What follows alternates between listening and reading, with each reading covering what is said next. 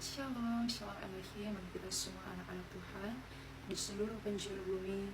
Pada saat ini saya menyaksikan kesaksian hidup yang sederhana saja.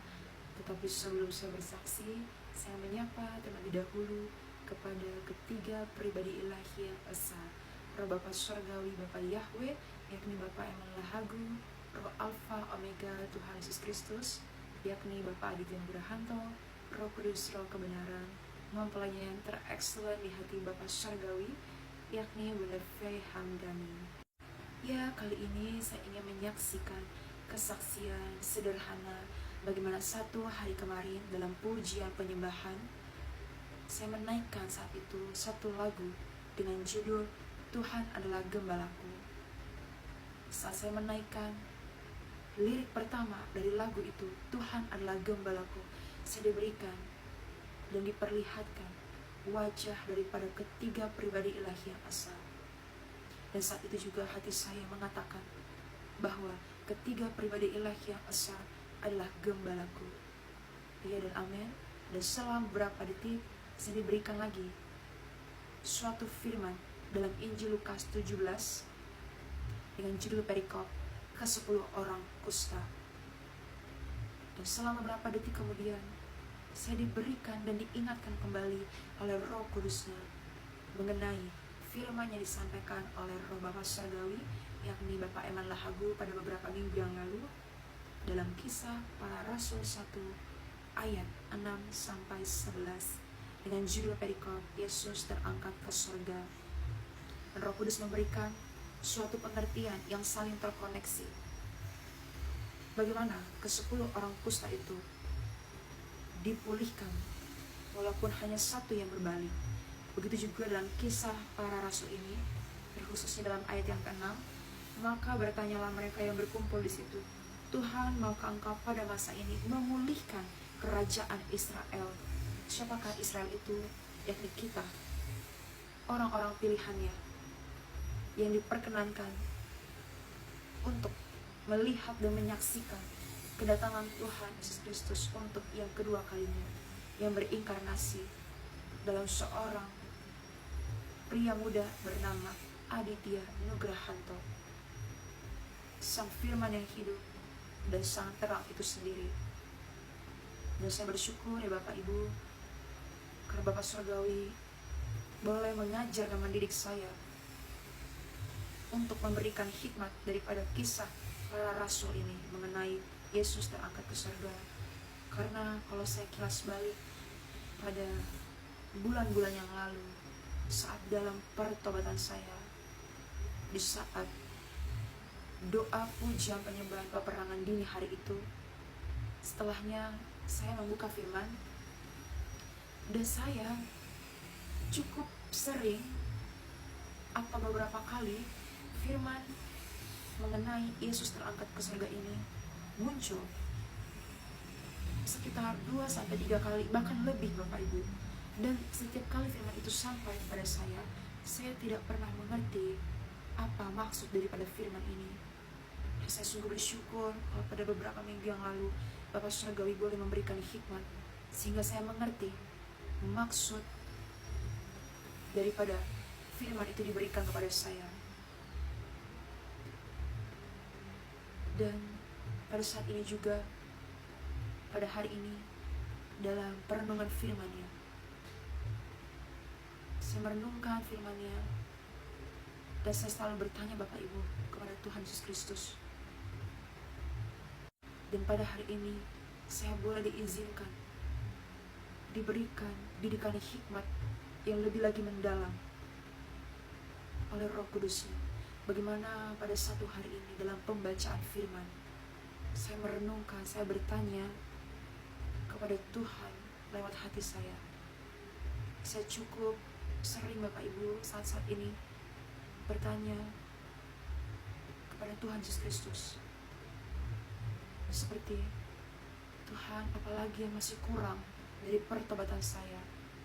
Saya sudah mengampuni orang, saya sudah memberkati orang, berpuasa, dan segala lain macam hal saya sebutkan kepada Tuhan. Dan puji nama Tuhan, pada hari ini saya boleh diberikan perenungan lebih lagi mengenai kasihilah sesamamu manusia seperti dirimu sendiri. Dan saat saya mendapat hikmat itu, saya berkata dalam hati saya sudah memberkati sesama saya dengan apa yang saya miliki, yakni harta jasmani berupa fisik.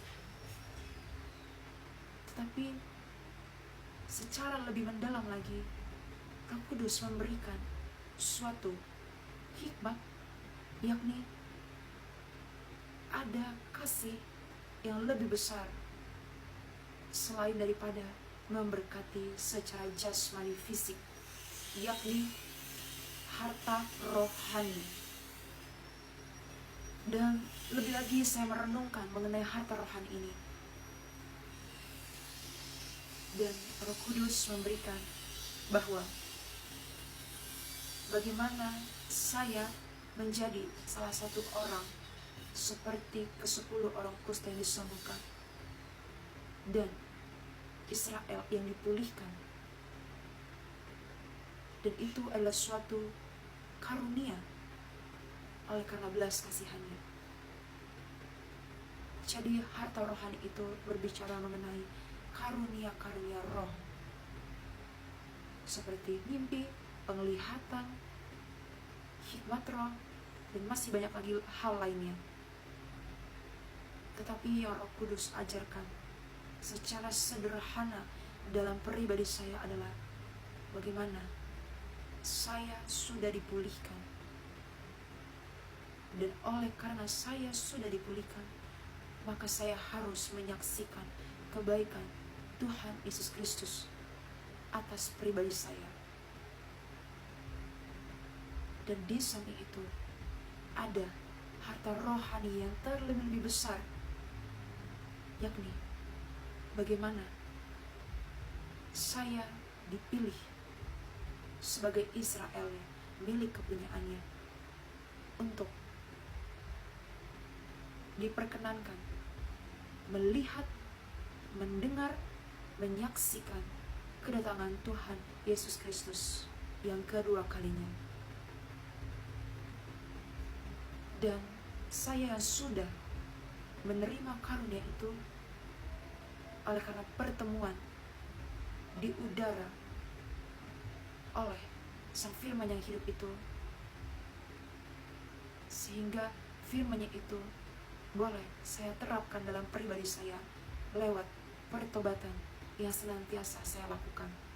Dan kita yang berolehkan kasih karunia untuk dapat melihat, mendengar, bahkan bertatap muka dengan Tuhan kita saat ini, yang setiap hari kita diajar dan dididik oleh tuntunannya, baik itu lewat ibadah bersama, live di YouTube. Maka firman yang tersebut ada dalam hati kita, sehingga kita boleh menjadi pelaku-pelaku firman. Dan di saat kita sudah menjadi pelaku firman, maka kita memiliki kuasa. Kuasa untuk apa? Kuasa untuk bersaksi, menyembuhkan orang. Bahkan kalau kita baca daripada firman-Nya, kuasa untuk membangkitkan orang. Dan bersaksi itu adalah bentuk cara kita mengasihi dan memberkati sesama kita dengan harta rohani, yakni karunia yang boleh kita terima selama kita menerima pengajaran dan didikan daripada ketiga pribadi ilahi yang esa. Dan tentulah Bapak Ibu, dalam firman-Nya pun kita sudah dapat diberikan gambaran lebih jelas lagi bagaimana pada saat itu rasul-rasulnya dipilih, dan Allah Tuhan kita berkenan untuk menyatakan dirinya kepada mereka.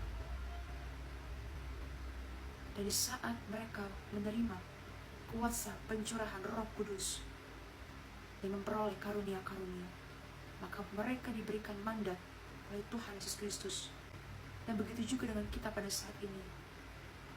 kita Israel yang sudah dipulihkan, sudah menerima pencurahan Roh Kudusnya. Bagaimana kita tahu kita sudah menerima kuasa Roh Kudusnya? Lewat karunia, baik itu mimpi, penglihatan, hikmat. Bahkan jika Bapak Ibu tidak mempunyai karunia roh, kita bisa melihat karunia lainnya, yakni perubahan hidup kita sebelum dan sesudah kita mengenal ketiga pribadi ilahi yang esa. Dan dalam perubahan, yakni dalam pertobatannya, itulah yang kita saksikan. Sebab Roh Kudus pun mengajarkan saya dari perkara-perkara yang kecil atau sederhana mengenai bahan kesaksian. Mungkin kalau saya pribadi, karena saya dipulihkan, saya menerima perubahan, dan saya boleh diajar untuk merendahkan hati, dan saya betul-betul merasakan itu, maka saya tergerak untuk menyaksikannya kepada Bapak Ibu. Dan di saat saya diberikan hikmat yang sungguh membuat hati saya bersuka cita, saya saksikan. Jadi kita diajar dan dididik dalam perkara yang kecil, sederhana, dan kita akan dibimbing kepada perkara yang besar. Karena Bapak Ibu, kita ini diibaratkan seperti pohon. Bagaimana pohon itu adalah pribadi kita sendiri, yang kita sirami dengan air kehidupan, yang kita berikan pupuk, kita cabut rumput liarnya. Supaya apa? Supaya terjaga dan menghasilkan buah. Dan di saat kita menghasilkan buah itu menjadi makanan roh kita. Kita nikmati. Tetapi yang Tuhan inginkan adalah bukan untuk dinikmati sendiri saja, tapi juga menjadi berkat bagi sesama kita, yakni lewat kesaksian kita. Mungkin saya pribadi merasa kesaksian saya sungguh sederhana. Secara logika, apakah bisa yang merubah seseorang? Tetapi saya ingin yang terpenting ketaatan dan kesetiaan saya dalam perkara-perkara kecil di hadapannya. Dan seperti apa kata pangeran ilahi, tidak mungkin orang bertobat tidak mendapatkan karunia-karunia roh. Pasti ada sesuatu Bapak Ibu, pasti ada yang Tuhan taruhkan. Tapi terkadang kita yang memendamkannya, tidak pede. Seperti saya pun sebetulnya awal-awalnya saya tidak pede menyaksikan, karena saya bukan menyaksikan mimpi, tapi saya mau menyaksikan pertobatan. Tapi kalau saya digerakkan oleh Roh Kudusnya, maka saya akan bersaksi Bapak Ibu. Dan saya selalu berkata kepada Tuhan bahwa Tuhan, yang saya inginkan adalah untuk menyenangkan hati Tuhan. Engkau tahu kekuranganku, tetapi dalam kekuranganku itulah aku ingin memuliakan nama-Mu, sehingga menjadi kesempurnaan di mata Tuhan. Dan mari Bapak Ibu, kita merendahkan hati kita senantiasa, sebab kita tidak bisa berharap kepada siapapun selain kepada Tuhan Yesus Kristus.